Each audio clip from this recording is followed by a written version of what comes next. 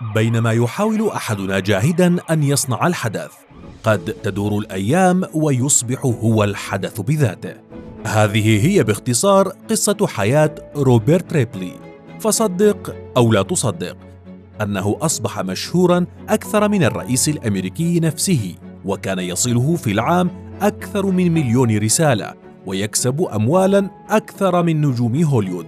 كل ذلك بسبب هذه العبارة: صدق أو لا تصدق.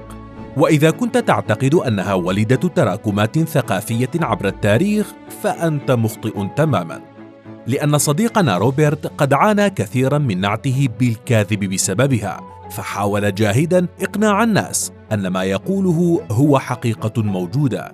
وكان وقع صدى أخباره على الناس آنذاك قريب من وقع الصدى الذي تحدثه صورة فيها فيل برأس دجاجة أو نعامة برأس سمكة، لكن الفرق أن أخبار ريبلي كانت حقيقية، حتى تحولت أعماله اليوم إلى مؤسسة تنشر زاويتها في 38 دولة ب17 لغة.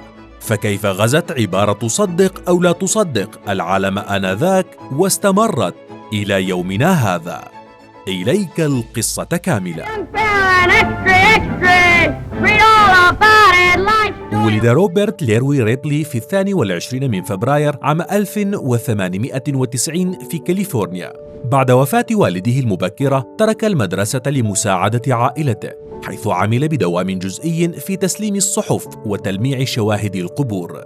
لكن ما أراده وتمناه هو رسم الصور، فعلم نفسه حتى أصبح فناناً موهوباً. وفي عام 1908 باع أول أعماله الكاريكاتورية لمجلة لايف مقابل $8.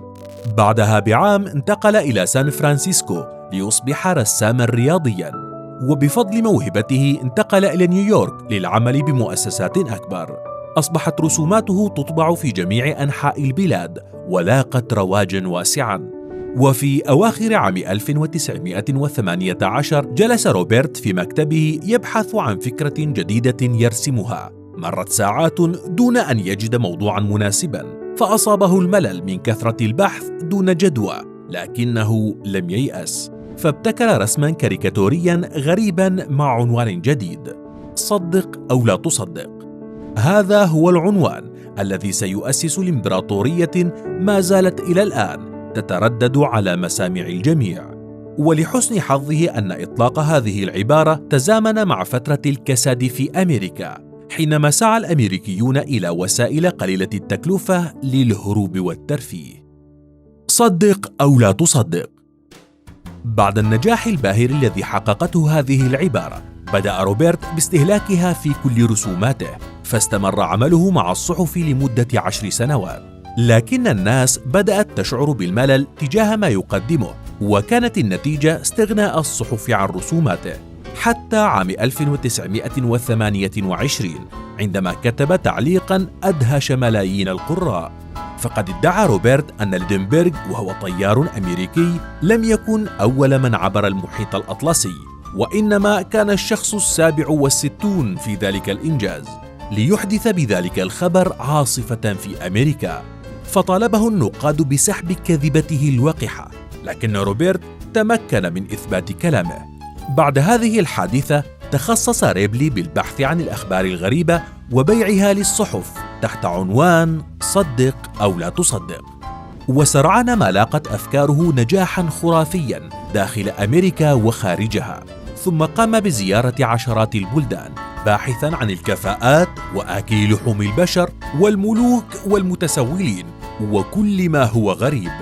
ثم أصبح لريبلي مراسلون في جميع أنحاء العالم يزودونه بالغريب والنادر من الأخبار، وكانت تصله رسائل تحمل عبارة إلى أكبر كذاب في العالم. وفي أحد الأعوام وصله 3 ملايين رسالة، أي أكثر من 8,000 رسالة في اليوم. بينما تعتقد أنك تصنع الحدث، تصبح أنت الحدث.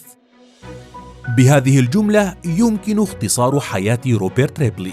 فمثلا صدق أو لا تصدق أن ريبلي كان يكسب $25 في الأسبوع في بدايته، حتى وصل إلى ذروة شهرته، أصبح يكسب $7,000 في الأسبوع. ويقرأ عموده أكثر من 60 مليون شخصا يوميا، ليصبح راتبه السنوي أعلى من رواتب نجوم هوليوود، ومعروفا أكثر من الرئيس الأمريكي روزفلت حينها، والملاكم جاك ديمسي، ورجل الأعمال هنري فورد.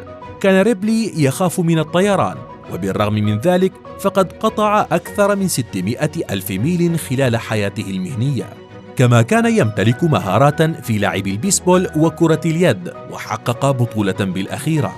انهار ريبلي أثناء بث الحلقة 13 له من برنامجه التلفزيوني على شبكة MBC في 24 من مايو عام 1949، ثم توفي بعد ذلك ب3 أيام بسبب نوبة قلبية عن عمر يناهز 59 عاماً. لكن عبارته الشهيرة "صدق أو لا تصدق" ما زالت حية ولم تمت، وتستخدمها اليوم كل المؤسسات الإعلامية الرسمية وغير الرسمية حول العالم، كما أننا نستخدمها في حديثنا اليومي بشكل متكرر.